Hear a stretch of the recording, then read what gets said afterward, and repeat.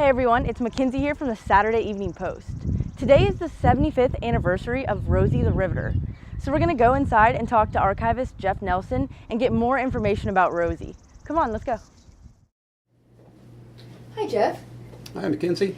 Could you do me a favor and tell me, who is Rosie the Riveter? Well, there are several Rosie the Riveters. Our original Rosie was a young woman named Mary Doyle.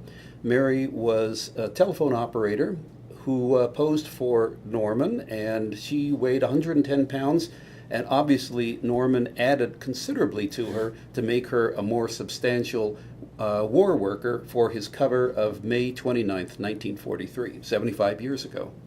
Well, that's so interesting. You say that she is the one we identify with, so are there others? And who is the original Rosie? The original Rosie is a woman named in a song, Rosie the Riveter, and I can't remember the performers' names right offhand, but they mention Rosie and how she works in a factory and her boyfriend's Charlie, a Marine, and that became a hit. And when Rockwell decided to do a war cover, he decided to make a tribute to the 6 million women working in war industry work, and he named her Rosie after the name of the song.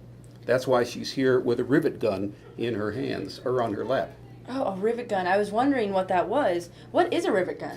Well, this is odd because this rivet gun is for shipbuilding. The rivet gun that they used for most airplane production was a small handheld thing. This is much bigger, but this thing basically pounds a hot metal rivet into two pieces of metal and holds them together.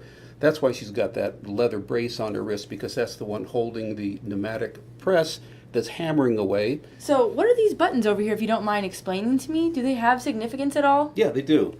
Every detail in a Rockwell painting has significance. This red cross means that she donates blood. This is a blue star ribbon indicating that she has a child in the armed forces. This is just a V for victory button. These are two brass civilian recognition buttons that were awarded to her individually as a worker. Down here is the Army-Navy E for Excellence Award, which was given to plants that had performed above, had met or exceeded the quantity and quality of production that the armed forces required, and of course her ID badge that allowed her to get into a secure war industry site. Thank you so much for telling me all that today. That was a lot of information to get, especially in a short amount of time. So I'm so happy you took the time out of your day to tell us that, especially on the 75th anniversary of Rosie. So that's all for today. If y'all have any comments or questions, feel free to comment them down below or tweet us at #SEPArchives.